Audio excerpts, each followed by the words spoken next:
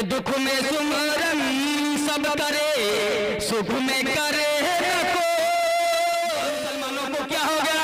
आज मुसलमान कुरान पढ़ना नहीं चाहता, मुसलमान नमाज पढ़ना नहीं चाहता, मुसलमान अपने बच्चों को मदारिस में पढ़ाना नहीं चाहता। अपने बच्चे को अच्छा बच्चा होता है, उनके लिए डॉक्टर बनाने की ख्वाहिश रखता है, इंजीनियर बनाने की ख्वाहिश रखता है, और अपने बच्चे को जो है बेहतरीन सा मास्टर बनाना चाहता है, 70,000 80,000 की तनख्वाह पाने की ख्वाहिश रखता है। दोस्तों, अपने बच्चे को डॉक्टर बना दो, इंजीनियर बना दो, आप मास्टर बना दो, सब बेकार चले जाएंगे।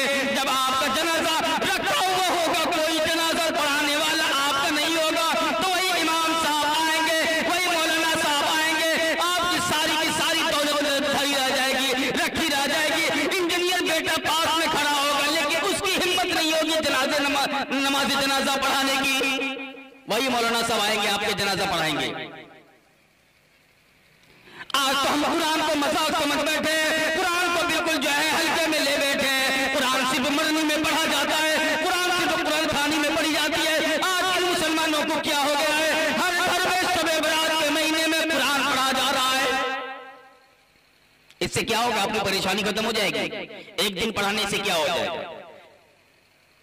मरने वाले बेचारे मर के चले गए, आज कुरान खानी करवा दिए धड़ल्ले से, जो है 3-4-5 मौलाना को बुला करके 2 देग चावल बनवाए और जो है पुलाव गोश्त बनवाए खिला दिए। क्या उससे जन्नत में मुर्दा आपके जो है आपके वालिद मोहतरम जन्नत चले जाएंगे? बिल्कुल नहीं जाएंगे।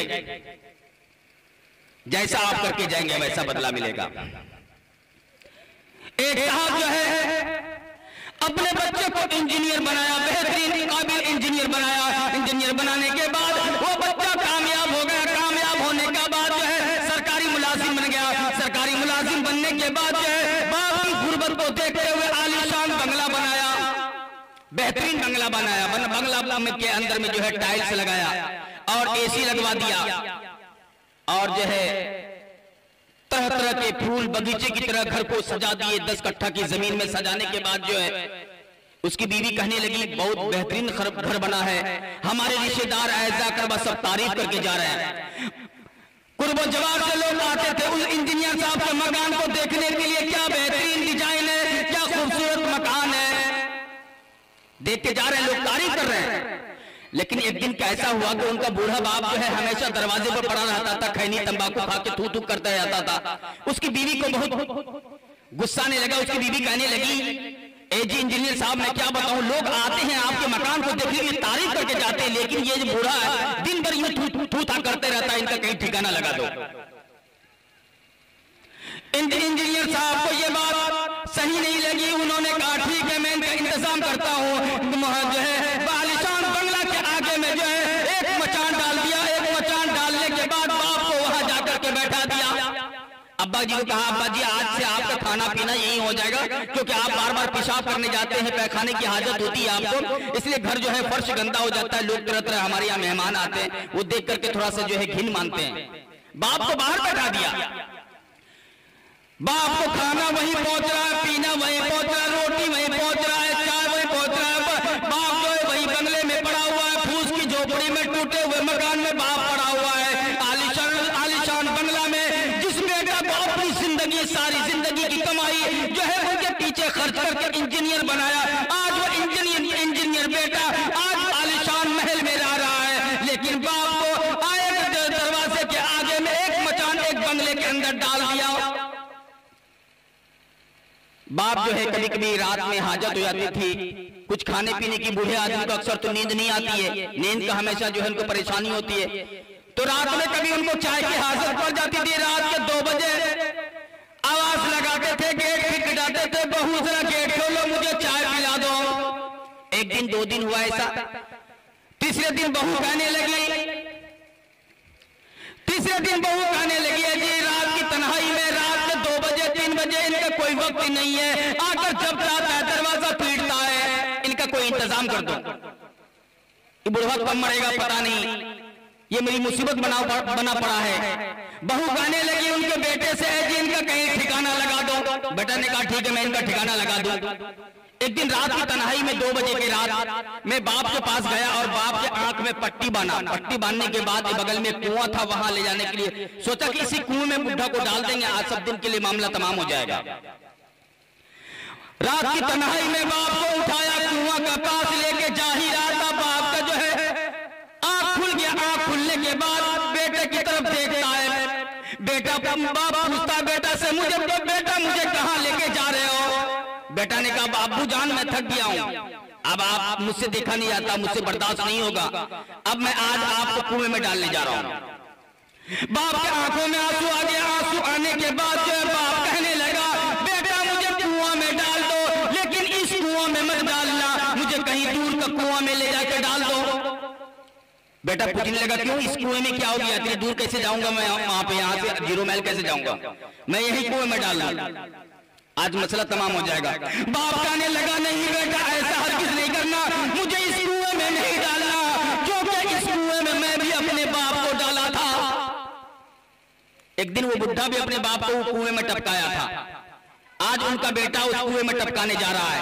तो ये इंजीनियर आदमी का दिमाग फटका कि अगर मैं आज ये अपने बाप को डाला था, आज मैं अपने बाप को डालूंगा, कल मेरा बेटा भी मुझे इस कुएं में डाल देगा।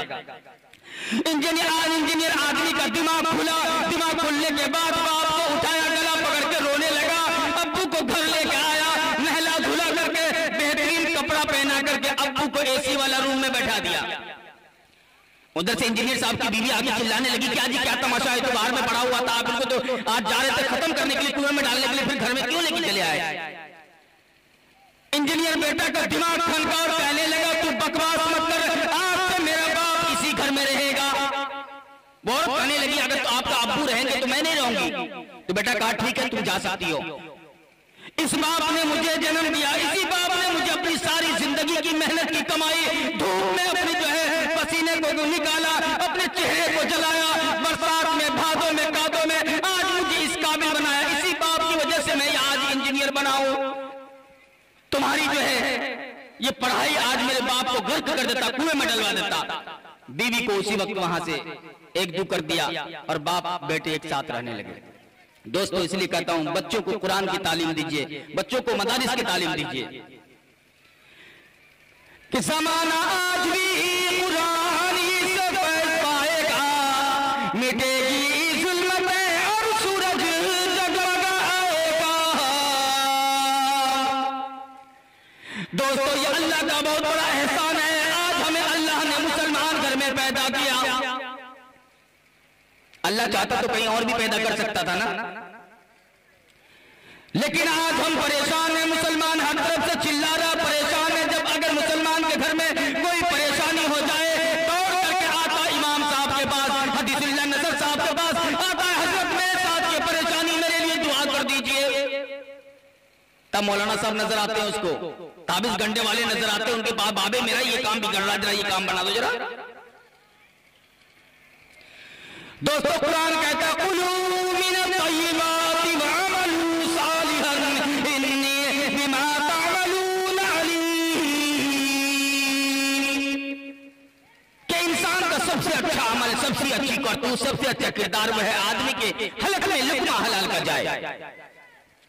आज मुसलमान जहां भी देखे, जिस गांव में देखे, जिस शहर में देखे, जिस मोहल्ले में देखे, आज ग्रुप लोन ले रहा है। मुसलमान परेशान है, हर तरफ से जो है फंसा हुआ है। जब परेशानी होती है अल्लाह को याद करता है, मस्जिद में जाकर के 5 वक्त की नमाजें पढ़ने लगता है, जो है नमाज में आकर दुआएं करने लगता है, अल्लाह से पुकारता अल्लाह मेरे साथ ये परेशानी है। जब अल्लाह उनकी परेशानी को खत्म कर देता है तो इंसान अल्लाह को भूल जाता है। ऋग्वेद, यजुर्वेद, सामवेद, रामचरितमानस में भी कहा गया है इंसान का हृदय अगर पवित्र हो, पवित्रता के साथ भूमि पर जमीन पर कहीं भी सत्य आत्मा से प्रभु से प्रार्थना करेगा तब उनकी प्रार्थनाएं स्वीकार होगी, तब होगा अंधिकारम नासम नासम स्वाहा, तब उसकी इंसान की जिंदगी से अंधेरा दूर होगा। यहां पे कबीरदास कहता है कि दुख में सुमरन सब करे, सुख में करे दुख में सुमरन सब करे, सुख में करे न कोई, जो सुख में सुमरन करे दुख काहे